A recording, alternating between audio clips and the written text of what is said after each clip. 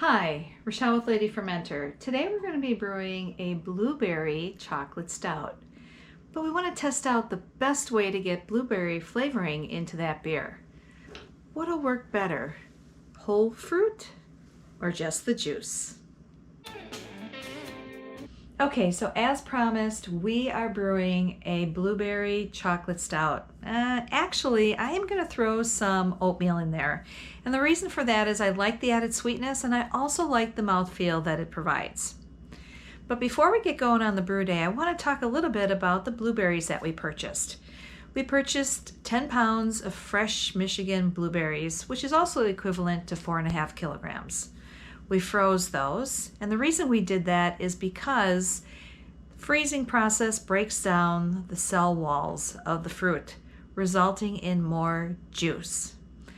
This is going to be a 5-gallon or 19-liter batch of stout, of which half will get half of the blueberries, 5 pounds or 2.25 kilograms, and the other half of the fruit is going to go into this beauty, the stainless steel beauty called the steam juicer. And this will extract the blueberry juice for us, and then we'll add it to the ferment. Let's get started.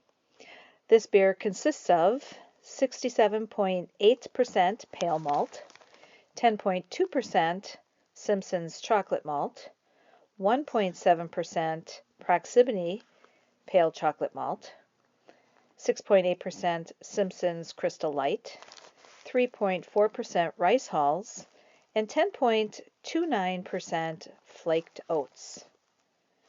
And we're using 7.48 gallons of water, which converts to 28.31 liters. Once we reached a boil, our hop additions were 28 grams of East Kent Goldings at 50 minutes, 14 grams of Northern Brewer at 45 minutes, and another 28 grams of East Kent Goldings at 45 minutes. Sanitized scissors and sanitized package of Omega Irish Ale yeast.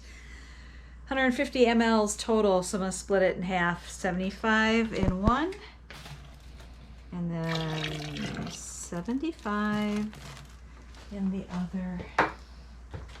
I have to have towels because I'm constantly spilling.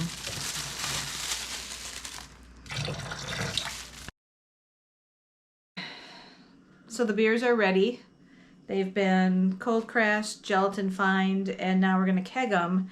I'm not thrilled with the flavor profile right now, so I did buy this little bottle of blueberry natural flavoring for beer and wine, and I'm going to put half in each keg. So it's a 2 ounce, or it's a 4 ounce bottle, so 2 ounces or 60 mLs of this flavoring is going to go into each keg.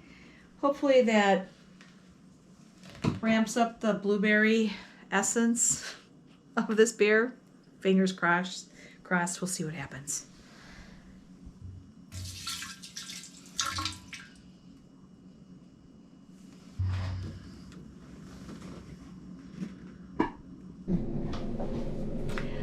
Hi, all right, so our blueberry chocolate stout is ready for the tasting.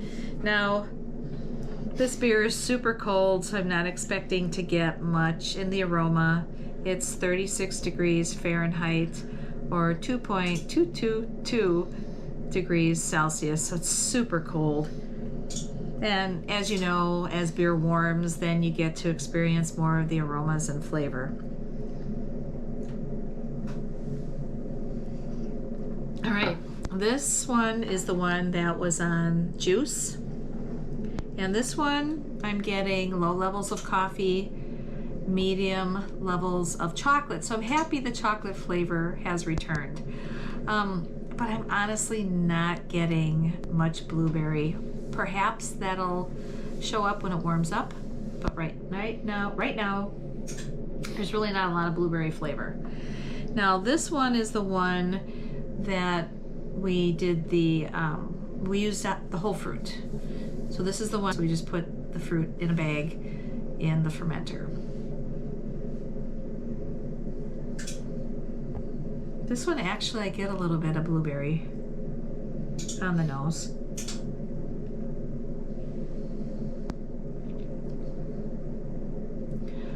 Okay, now this one is more more of the coffee flavor, so getting a lot of the coffee roast, probably medium. I'm just getting a very little bit of the chocolate, but what I am getting is a noticeable tartness. So I'm guessing that came from the skins of the blueberries. The other thing I'm thinking is blueberries ferment out differently than other fruit, meaning I know everything changes during fermentation, but for some reason I think blueberries lose their blueberry flavor profile during the fermentation. So do you want to give it a try? Sure. Give it a try? Okay. What are you getting with the juice? This is juice. You get a little blueberry, chocolate, and coffee.